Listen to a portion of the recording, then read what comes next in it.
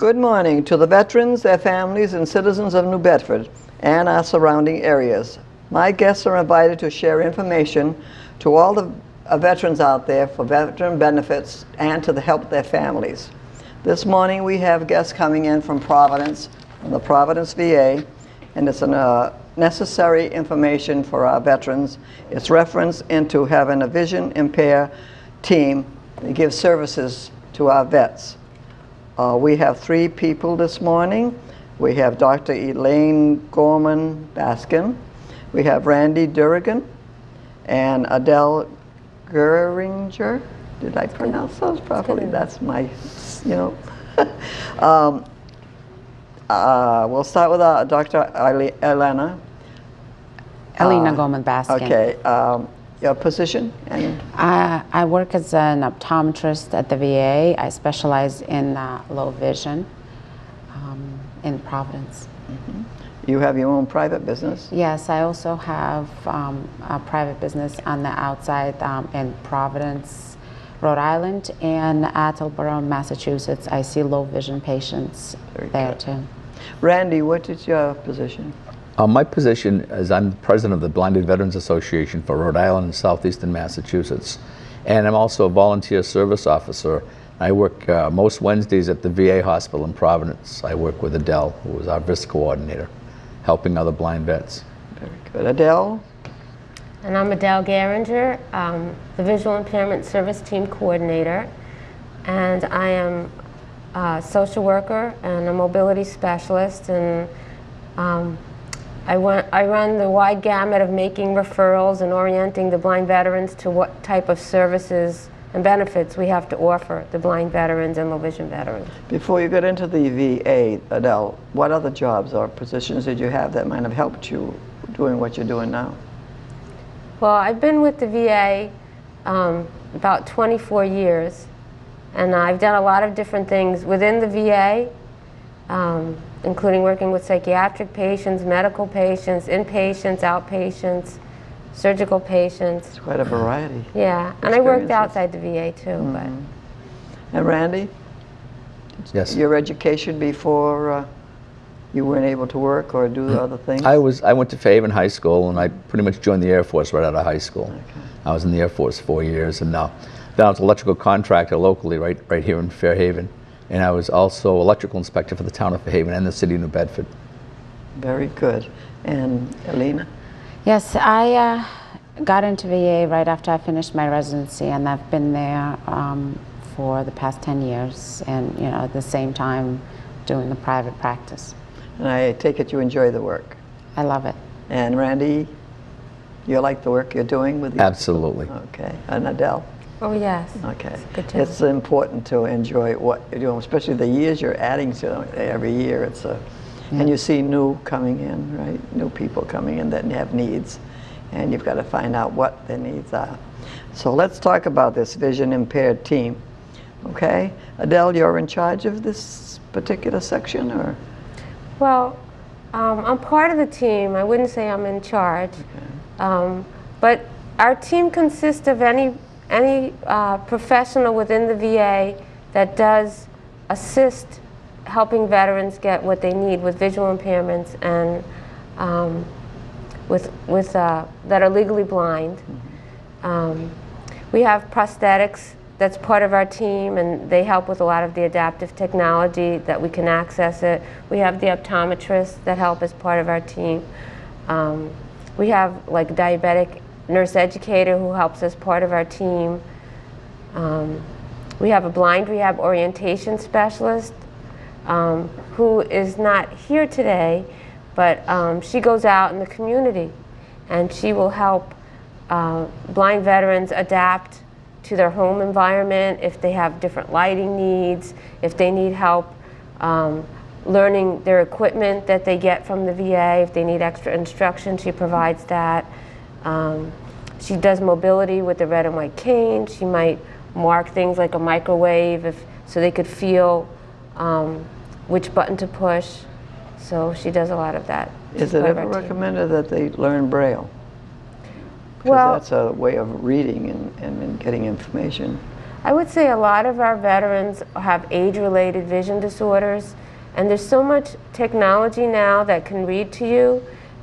Plus, as you get older, with things like diabetes, maybe your sensation in your fingers is not as sensitive as they would have been if you didn't have a chronic illness like that. So they use a lot of the speech programs now. You don't really need to learn Braille. Some of them do, but I find a lot of them, because they're relied on their sight and they haven't chosen to do that. Now, service-connected veterans, are they more eligible than the regular veteran that doesn't have any problems, and all of a sudden he's got problems and he comes to see you? Any veteran is eligible for our vision care. I can let Dr. Goman-Baskin talk about that a little bit. But for the legally blind, we have a especially nice program, because any legally blind veteran is eligible for free care, everything. I mean, you get free prescriptions, free adaptive technology, you get free hearing aids if you need it. We just have a really nice program, and there's no co-pays if you're legally blind. Okay. A doctor? It'll be easier than trying to remember the names.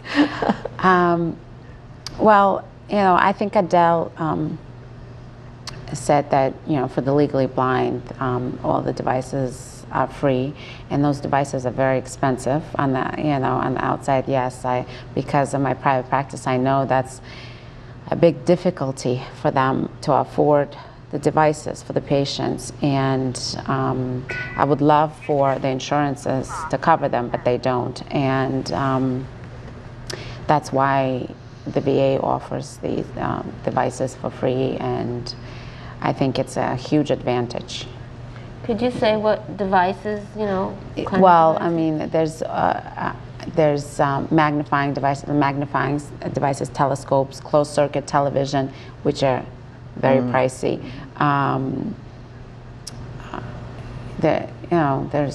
Is there any instructions that you people offer to the families to make them understand what that particular person is going usually the patient will come in with a family member because they can't see to drive, and we always have the family member in during the exam, and when we show them how to use the devices, how to change the batteries, the family member is there.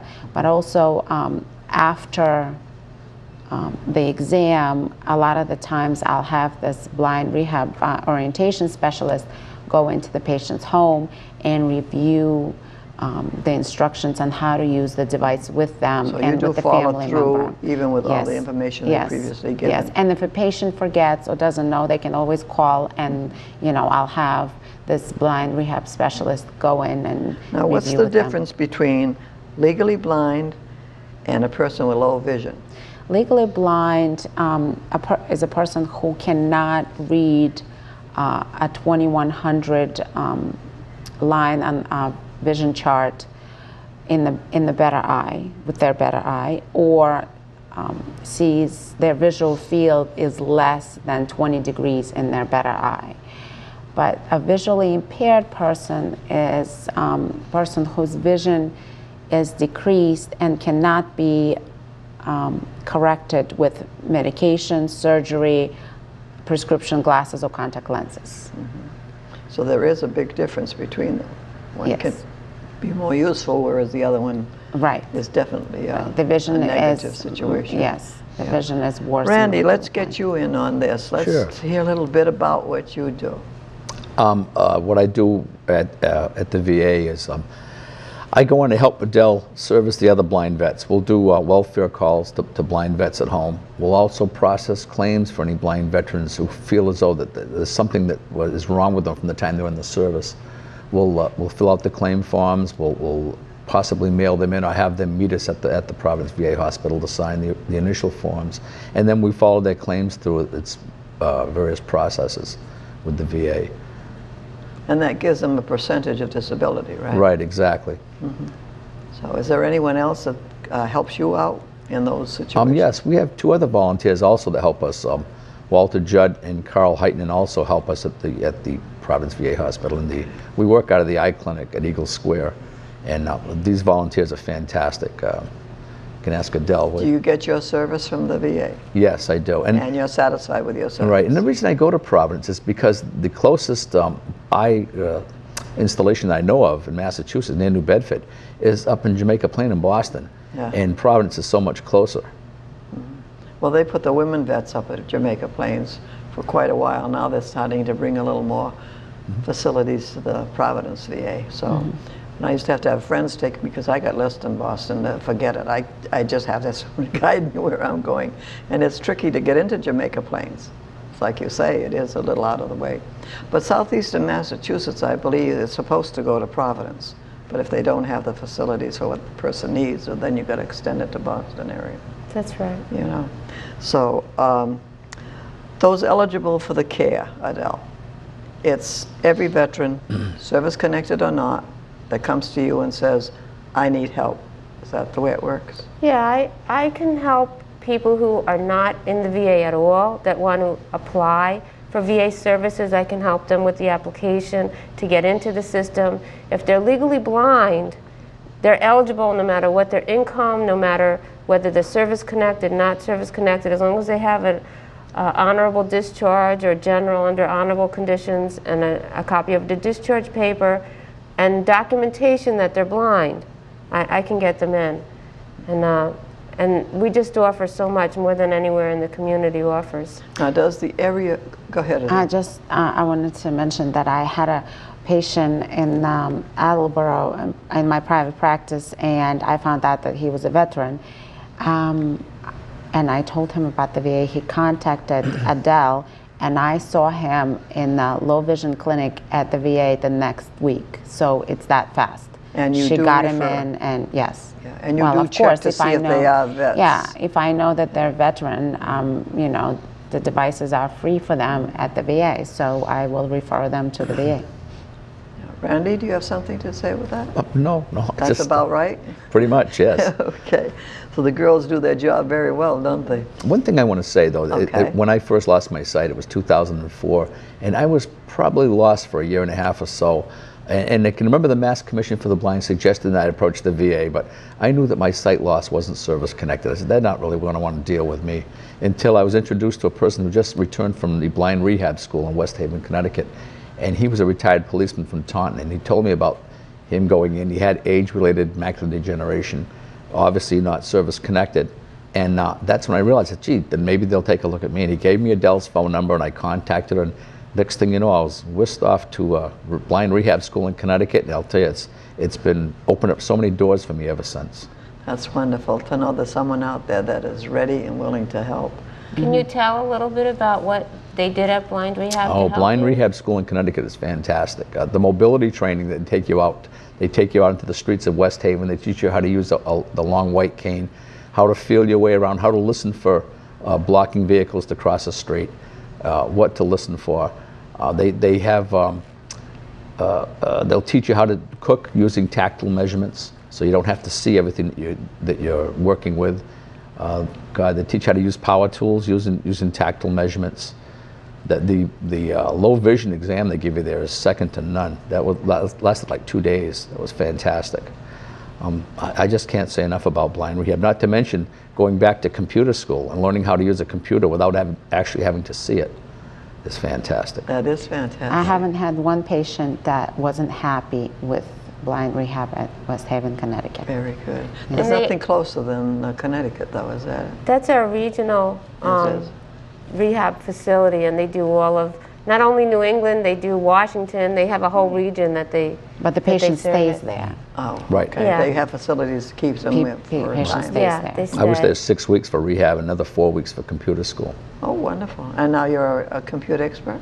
Well, not an expert, but Well, I can when I use a run into computer. trouble, I I can know use who a I can computer, put it that way. Because I'm always in trouble. The nice thing is they gave you the computer, they give you all the technical support that you need, repairs, you know, it's all inclusive. Anything we give you, we repair, we replace it for free. Even a print kinda cartridge, I nice. mean, it's great. And then you went back for the Trekker training? Right, I went back and I was trained on what they call the Trekker Breeze. It's a GPS system for pedestrian use. I can walk down the street. Now, I used to get lost in the center of the town of Fairhaven, which is ridiculous when you consider I inspected there for over 21 years. It's different. I know that town like the palm of my hand, but yet I couldn't tell where I was because I couldn't see. But with my Trekker Breeze, I just push a button. It tells me the address of the house I'm standing in front of and how many feet is the next intersection, what the cross street is. It's almost impossible for me to get lost now in my hometown. That's wonderful. You can't get lost and we'll always find you. Now he's in line to go to guide dog school too. Oh, is he going to get a guide dog? I'm going in May to get a guide dog, yes. Oh, how nice. They're wonderful. You see them, you know, and you think it's only movies or TV, but it's the truth. They are out there and they are helping. Yeah.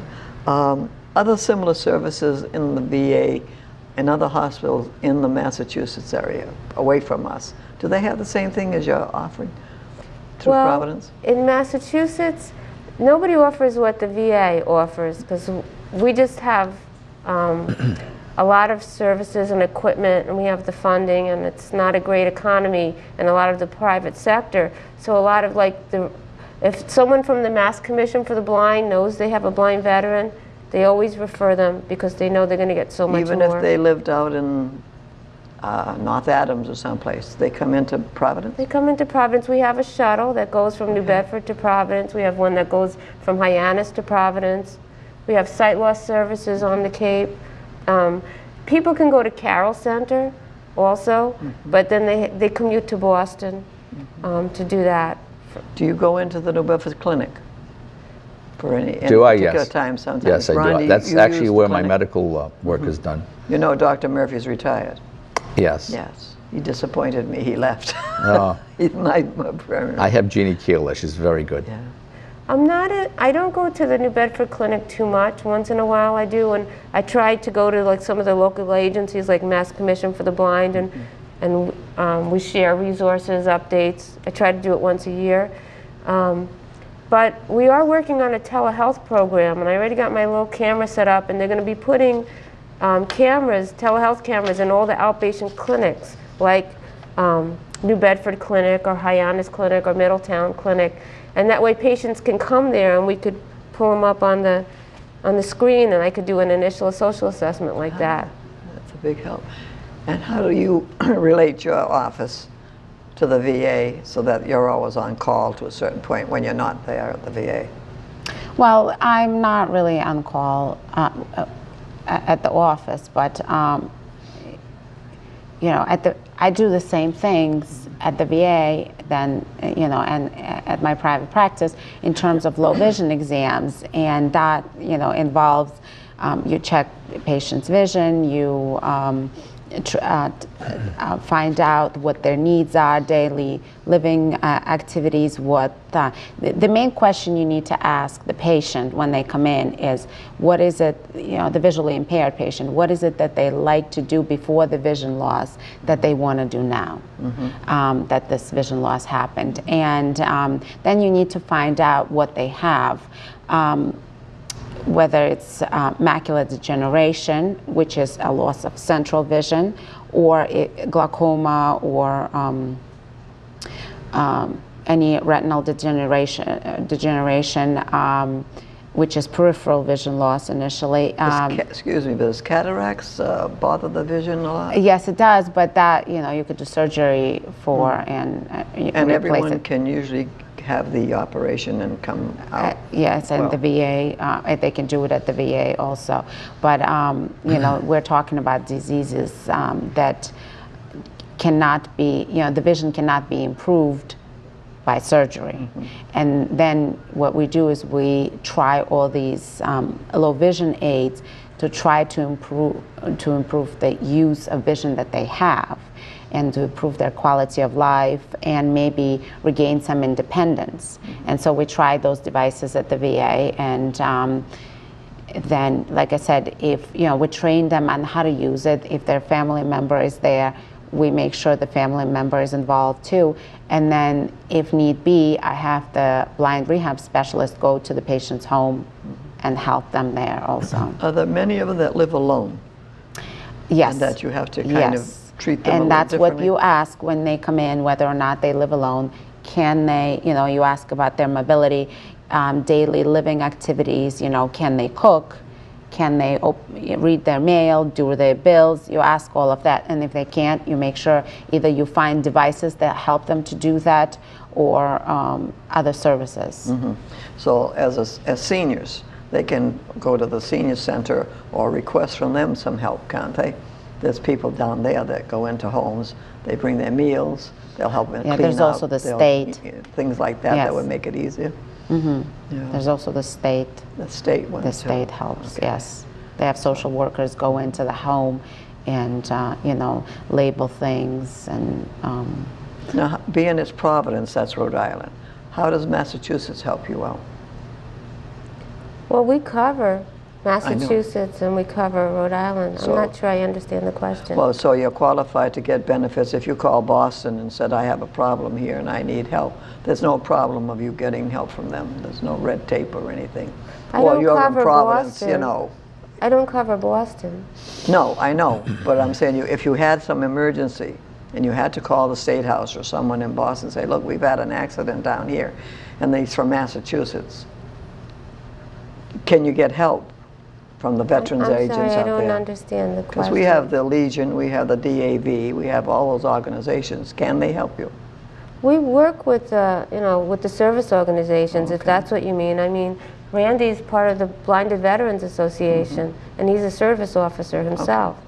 So You have no problem there. we have no problem working with the service officers. If any of the town halls have a service officer that have a question, or they have a blind veteran that they want to get services for, they can contact me also, and I could be a lead to get them in the system. Okay, Randy, as far as disability goes, pension-wise, how would these gentlemen or women qualify to apply, and to whom? The best way for them to apply is through Adele's office, through myself and Adele. We'll do the initial paperwork. We'll send it off to Philadelphia. They'll send it in turn to the regional group, and regional office rather, and we'll process it from there. It is a time-consuming thing, as you know. I believe we were talking about that earlier. It does take a while. Nothing with the VA happens real fast. But the thing is, they go the best speed they can go with the help they have and the funds that they have. But we'll walk it through for them, and we'll also keep in touch. If they call us and say it's been a month, nothing's happened, let me find out what's going on. We'll go into their case, get back to them. We're constantly getting back to people. And do you find there are younger vets coming out now than the Actually, stable? excuse me, actually, no, I don't, which I think is kind of odd, considering that eye injuries are quite prevalent with the Iraqi war that we had a while back, and now in Afghanistan with the IEDs and such along the side of the road. I don't know where these younger vets are going, but they don't seem to be coming our way. We're wondering why they don't at least investigate to see if they can get some help. They're entitled to it, so they should Absolutely. check. Yeah. Unless the military is still handling them, I don't know. And then maybe they're not at the veterans point yet. Aren't they discharged when they leave overseas and come home? They get their discharge and they either go to a hospital because they need it, or they go home and then they don't know what to do after, who to apply to or get help. Quite possibly. I'm not positive about that. All I know is I'm not saying come into our ranks. I wish they would, because obviously, like every organization, you need perpetuation, and we don't have that. Well, all our organizations are hurting for membership, because they think they're too young. They're not going to need it now. But in 50 years from now, like we are as vets, we need it. We have things happening that we didn't expect, and we've got the VA to fall back on. Well, they don't have to wait it from 25 to 55 before they get their paperwork in. Right. They should do it right away, shouldn't they, Randy, as soon as they hit the state? Yes, they should do it as quick as possible. I met 2 veterans in their 30s at West Haven, and I've met quite a few at West Haven. That was the only 2 I ever saw. One guy was 31, one was 35, and that's the youngest I've ever seen. And hopefully they came into the BVA. I hope they did. I talked to them about it and gave them applications. And their organizations will help them get to you people, because they get all the information with our service officer internally.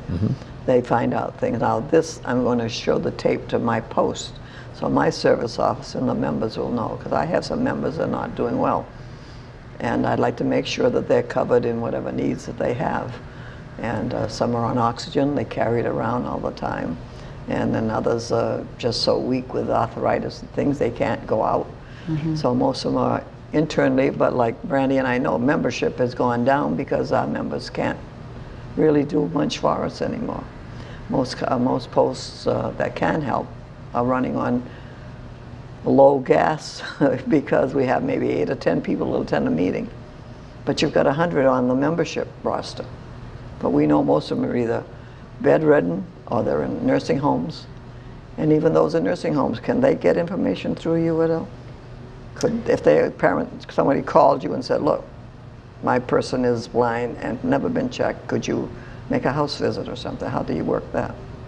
There are people that do that. I actually, my Providence office is in a hospital facility and nursing home attached to it. And I have people come straight from the nursing home to my office to see me, and they bring them right in, and we try devices. And but there are low vision specialists that would go to people's homes. We do provide services for people in nursing homes also that come to our eye clinic. And what about those that don't get out of their house? Can you go to the home itself if you're called and you know what I've done with some people who can't get out of the house, as long as I have documentation of their vision, because maybe they've been declared blind, and they could send me, have their doctor send me a copy of the eye report, I could have our blind rehab outpatient specialist go and visit them at home, and I might do a telephone assessment. So I can offer something. It wouldn't be the ideal gamut of services, because we would like to get them in to our low vision clinic and have them get some adaptive technology that they need as well. Is there anything else we haven't covered that you want to tell about? I think we pretty much, I would like to just reiterate the importance of veterans approaching the VA health system. They may not think that will help them because they're not service connected. Absolutely we will. All they got to do is apply. If they're not already in the VA health system, Adele can help them get into it as far as the initial application goes. If they are, please come in and let us help you. You don't have to be service connected. That's a very important thing to remember. But they can go to the clinic and sign in to get into the VA, and their primary will refer them if it's needed. Once they're in the health system. They can, yep. Anybody can refer themselves that's already in the system. You know, they can just call us. Our number is 401-273-7100. My extension is 1554. Dr. Baskin is 1500. And Randy, how do they reach you? The best way to reach me is to call me at home at 508-994-9215. So there's plenty of coverage. And I also wanted to say that a lot of the people are told by their eye doctors that there's their vision is decreased and there's no help for them, which is not true. You have to try low vision aids, and they will, you know, most of the time they will improve your, you know, quality of life, I think.